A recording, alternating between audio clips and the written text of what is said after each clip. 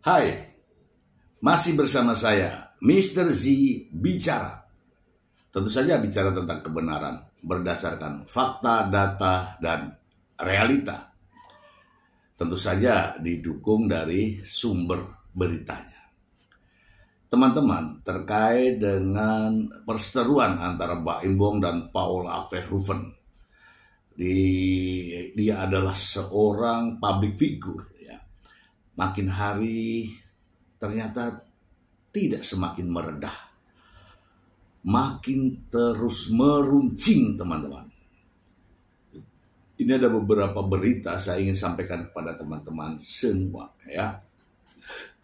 Dan ini menjadi perhatian daripada pakar hukum, psikolog dan juga akademisi, ya. Kali ini saya ingin membacakan tanggapan dari Hotman Paris tentang perseteruan ini.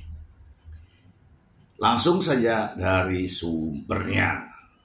Dari Tribun.com, Hotman Paris soroti soal putusan hakim yang sebut Paula Verhoeven selingkuh salah total. Tribun.com, pengacara Hotman Paris kembali mengomentari soal perceraian Baim Bong dan Paula Verhoeven. Kali ini Hotman Paris menyoroti soal putusan hakim yang menyebut Paula Verhoeven melakukan perselingkuhan. Hotman Paris menilai ada kesalahan mengenai hasil putusan cerai tersebut. Ternyata dalam kasus Paula itu tidak ada perselingkuhan. Jadi salah putusan hakim yang menyatakan bahwa memakai istilah perselingkuhan. Jadi putusan itu salah total, ujar Hotman Paris. Ia menjelaskan yang terbukti dalam persidangan yakni hanya chatting antara Paula dan lelaki lain. Adapun soal dugaan intim, kata Hotman, hal itu tak terbukti. Adanya sekedar chatting atau ngobrol apa gitu, tapi tidak ada pengakuan pernah hubungan intim, katanya. Di dalam undang-undang itu nggak ada istilah perselingkuhan. Istilah perselingkuhan itu hanya ada dalam kehidupan sehari-hari lanjutnya.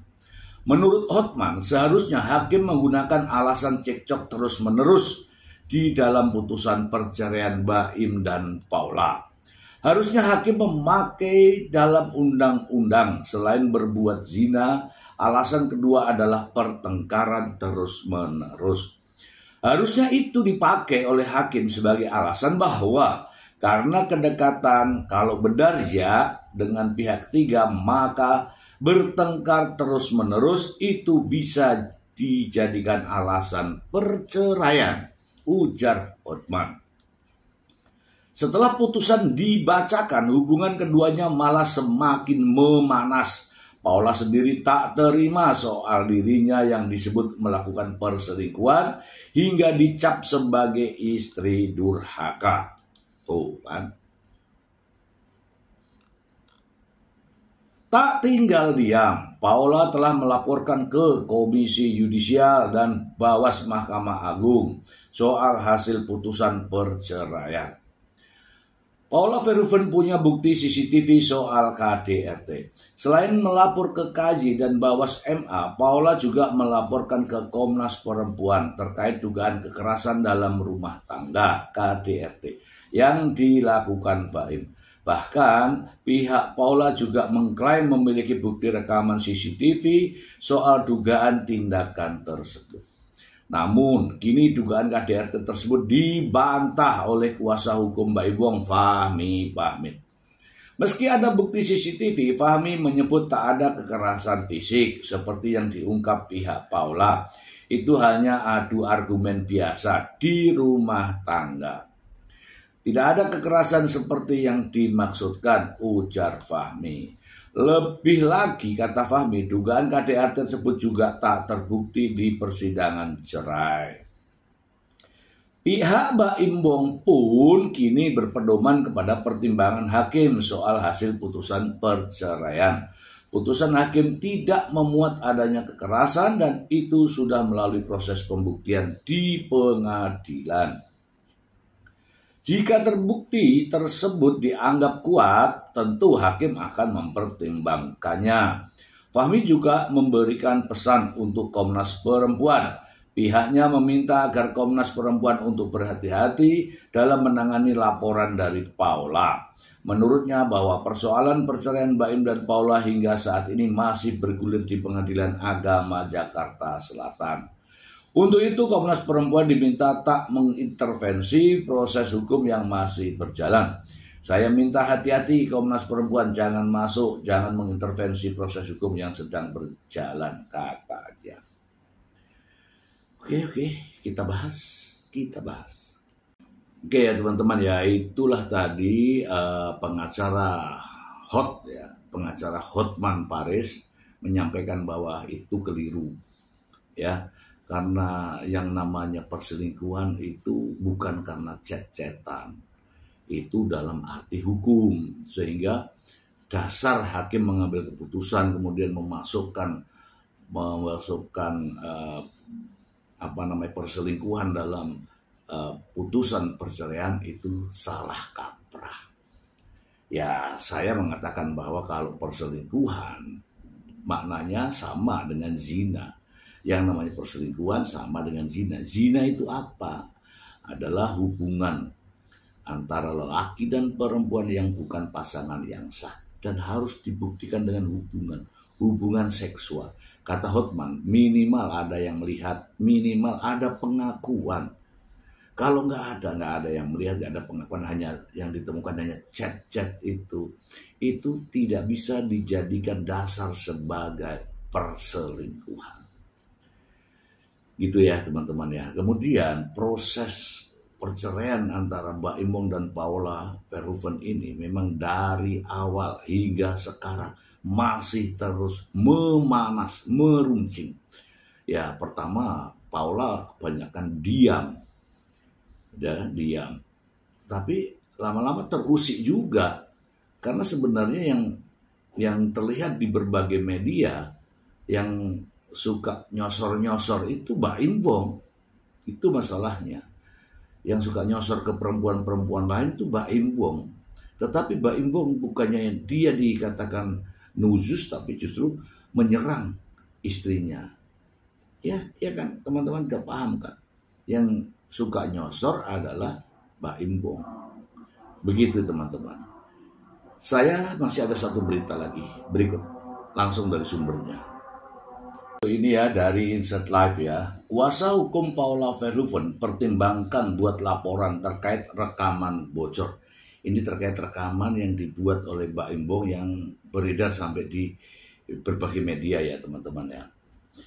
Jakarta Insert Live. Kuasa hukum Paula Verhoeven Alfon Kurnia Palma tengah mempertimbangkan terkait laporan tentang rekaman dugaan perselingkuhan yang bocor. Ia menyebut tengah menganalisis semuanya secara sistematis karena hal itu akan menyangkut ke masa depan. Wah, ini kalau saya analisa ya, percakapan itu antara Baim Wong dan Paula Verhoeven, jelas yang merekam adalah Baim Wong. Namun rekaman tersebut akhirnya bocor dan tersebar di berbagai media. Sementara jelas-jelas yang merekam adalah Baim Wong. Saya ingin memperdengarkan ya terkait dengan hal ini langsung ya videonya Alfon Kurnia Palma.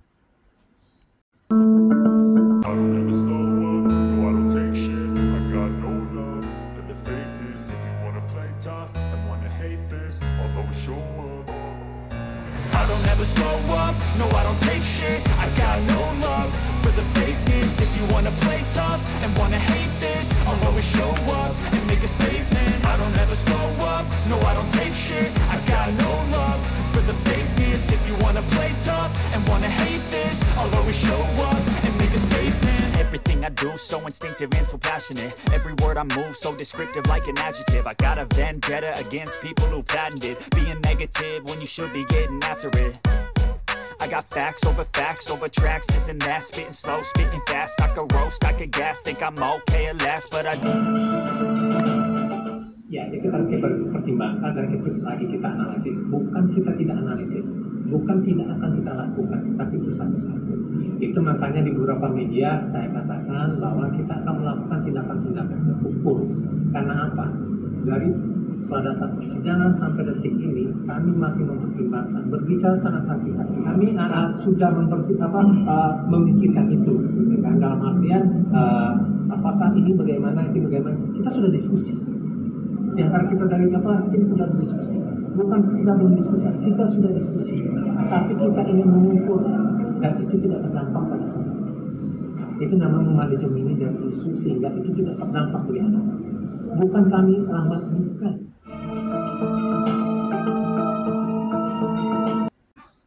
Ya, itulah teman-teman ya, ada beberapa berita dan saya juga mendengar ya bahwa Baim Bong juga menyampaikan bahwa dirinya bukanlah orang yang menyebarkan. Itu juga menjadi tanda tanya ya. Rekaman yang merekam Baim Bong, artinya yang merekam itu kan dia. Kemudian rekaman itu ada padanya. Sekarang ada tersebar di berbagai media. Kalau bukan dia, siapa? Ya bisa saja stafnya, bisa saja karyawannya, bisa saja anak buahnya. Tapi itu kan rahasia. Harusnya kan ada di Baim Bong. Kenapa bisa ke orang lain? Ini masih menjadi pertanyaan-pertanyaan ya teman-teman ya.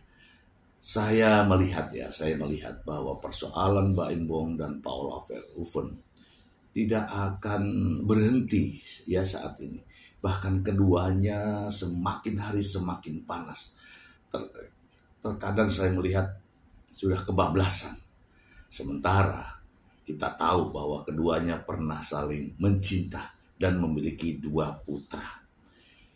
Pertimbangan untuk mental dan psikologis anak harusnya dipikirkan. Namun nyatanya sampai saat ini kalimat itu hanyalah slogan belaka.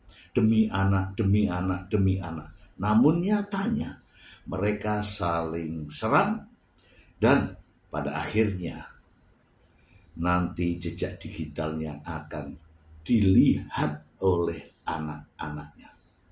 Apakah ini sudah dipikirkan? Ya, kalau saran saya sudahi. Baim, biarkan istrimu mencari harga dirinya yang terinjak-injak supaya pulih. Biarkan. Nanti kalau sudah pulih, sudah damai, Baim Bong menikah lagi, Paula menikah lagi, sudah tidak ada lagi persoalan. Kalau begini ini, Baim mau menikah, masih ada ribut di sini. Mungkin perempuan-perempuan juga trauma. Wah, jangan-jangan nanti direkam. Mau nikah sama Paula, cowok-cowok juga berpikir, jangan-jangan HIV. Ini kan yang disebar-sebarkan kan. Inilah ya yang saya minta supaya mereka itu hentikan. Tidak ada manfaatnya. Hanya bikin gaduh saja di media. Itu sih. Yang laki-laki ya mengalah. Oke. Semoga bermanfaat. Terima kasih. Bye.